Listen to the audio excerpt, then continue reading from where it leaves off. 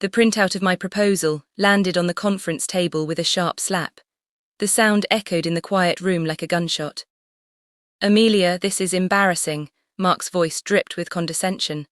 "Did you even bother to run the numbers before wasting everyone's time?" My face burned. He knew I had. He'd approved every single line item himself just last week, sitting in his leather chair, nodding along as I walked him through the projections. Around the table, 12 pairs of eyes shifted uncomfortably.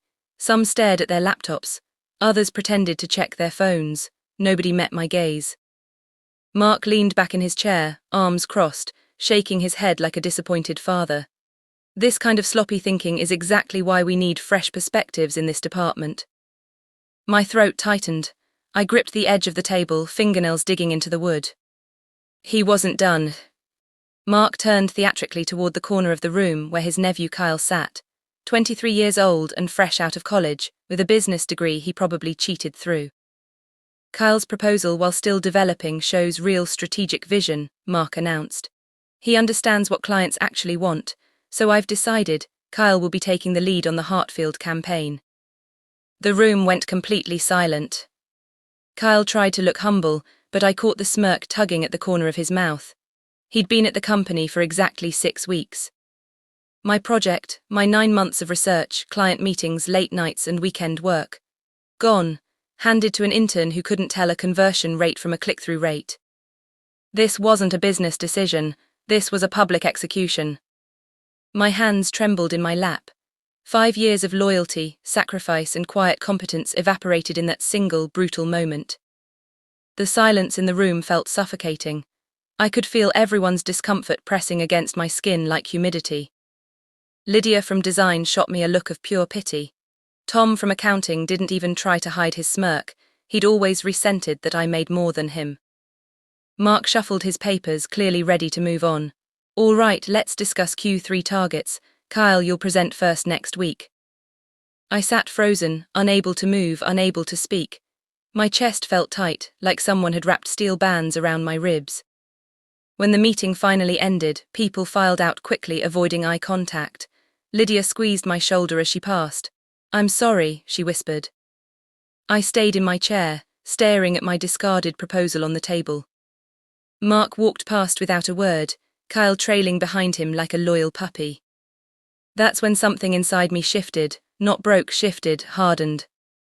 My name is Amelia Torres, and for 5 years I was the invisible engine of the marketing department at Nexacorp.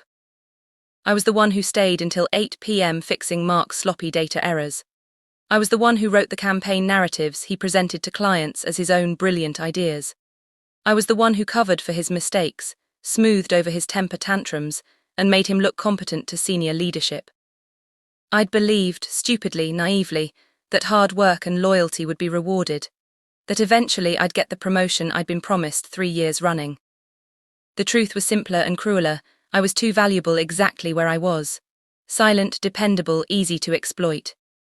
I walked back to my desk in a daze. My monitor glowed with 50 unread emails. My coffee had gone cold hours ago. I was a fool. I thought back to 2 years ago when I'd been offered a position at a competitor. Better title, better pay, actual respect. I turned it down because Mark had pulled me aside, put his hand on my shoulder and said, "Amelia, you're essential here. Your promotion is coming, I promise." I'd believed him.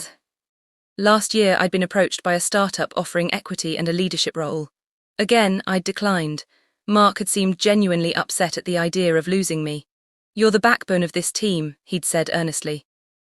3 months ago, a recruiter from a major firm had reached out. I'd politely declined without even taking the call. All because I'd believed in loyalty, in paying my dues, in the myth that good work speaks for itself. Sitting at my desk now, I realized the truth. I hadn't been building a career. I'd been building Mark's career. And he just made it clear exactly how much that was worth. I couldn't quit, that was the worst part. My mother had been diagnosed with early-onset Alzheimer's 2 years ago. Her treatments weren't covered by insurance. The experimental medication that was actually slowing the progression cost $1,800 a month. I paid for it. My younger brother was in his final year of college. I helped with his tuition when financial aid fell short. I had exactly $3,000 in savings, that wouldn't last a month. So I was trapped, chained to this desk, to this humiliation, to this man who saw me as nothing more than a convenient tool. I stared at my computer screen, vision blurring with tears I refused to let fall. Then something clicked in my brain, a cold, clear thought that cut through the fog of hurt and anger. A trapped animal is the most dangerous kind. The plan didn't arrive in a flash of rage or a moment of divine inspiration. It grew slowly, like frost spreading across a window. I wouldn't scream, I wouldn't cry in the bathroom, I wouldn't storm into HR with wild accusations. I would do something much more effective,